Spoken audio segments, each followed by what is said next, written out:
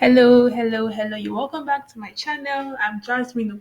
I'm a software engineer. I am also a mentor. I would like to call myself that.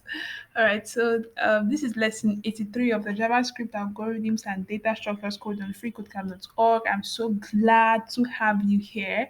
If you're this is your first time of watching my videos, I would love you to, and you are interested in programming, learning programming, improving, looking for someone to code with, or you're just looking for someone to help in your journey, yeah, this is the right place for you.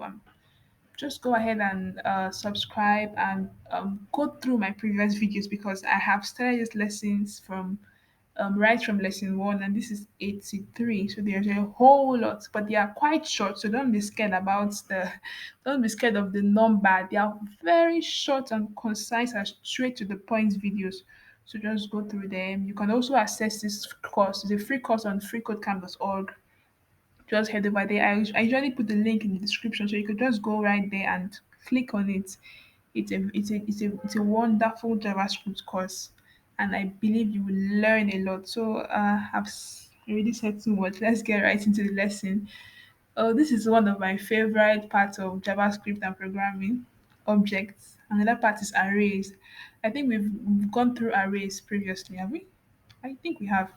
So this is objects. Objects are so much fun to use. Okay, so it says you may have heard the term object before.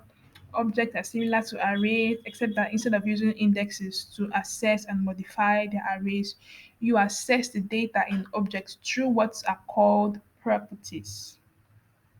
All right, objects are useful for storing data in a structured way and can represent real world objects like a cat. Okay, so here's an example of a cat object. So we have our constant here, our const keyword, then the name, the variable name, then this is our object, usually enclosed in curly braces.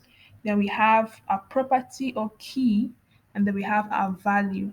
All right, usually known as key value anyway, key value.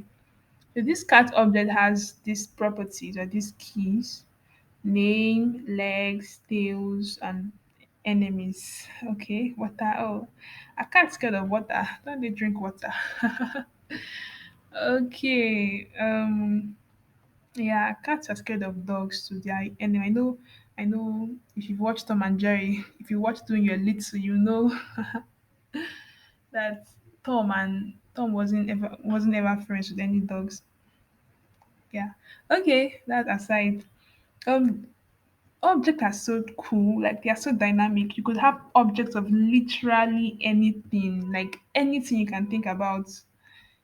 Okay, let's say a human being. You could create an object of a human being or a human being object. Maybe you could have a name, um, occupation. Um, I'm talking about some properties now.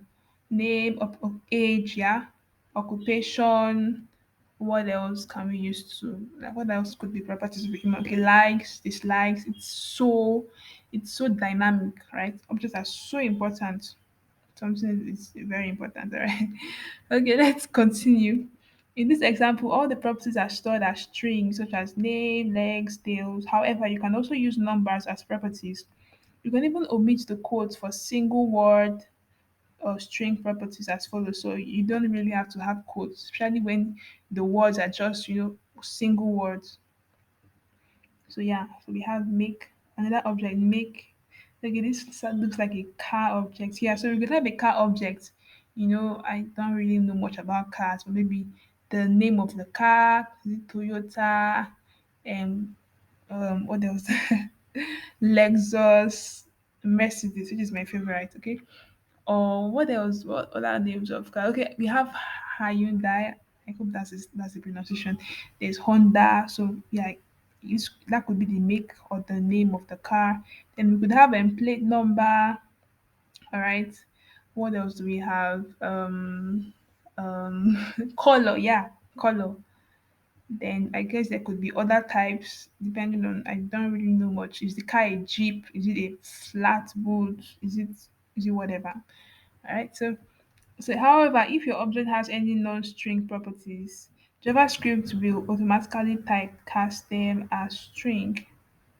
Okay, if it has any, okay, so something like this now will be saved as a string in JavaScript, right? So here we ask to make an object that represents a dog called my dog, which contains the properties name, legs, tails, and friends. You can set the object properties to whatever values you want as long as name is a string, legs and tails and numbers, and friends is an array. See the beautiful thing about objects. I don't know why I keep obsessing over this. Like you could have any kind of any type of data as your values. It could be even be another object like a number, a string, whatever. It's so dynamic and so useful. So I would love you to really pay attention like as we go yeah as we learn about objects. So we are creating an object called my dog. I used to have a dog, or my family used to have a dog. Okay, is it called my dog? Oh, we've it has already been created for us. So we're just to put in the key or the properties and their value. So we ought to have name. What should I call it? And what is a popular dog name? When you go to Igbo land, yeah, in Nigeria, there are some very popular dog names like Lucky. What else do we used to have? Ah, I can only think of Lucky now because I know my grandmother used to have a dog named Lucky. They'll call it Rocky, Rocky, Rocky. Okay, legs, four, of course. Tails, tails, like one, right? Yeah. Are there any animals that have more than one tail? Friends. Because a dog is man's best friend. So let's have man inside. Man and what else? Bone or meat. Meat, right? Is it bone or meat?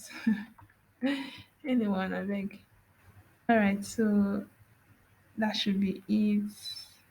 Friends is an array, tails are numbers, legs are numbers, and name is a string. So I believe we are on track. Let's go ahead and run the tests. Yeah, wonderful. All right. Thank you very much for watching. See you in my next lesson. Don't forget to like this video. Like as you're watching this now, just tap the like button. Subscribe if you haven't. And drop a comment if you want to. All right. Bye.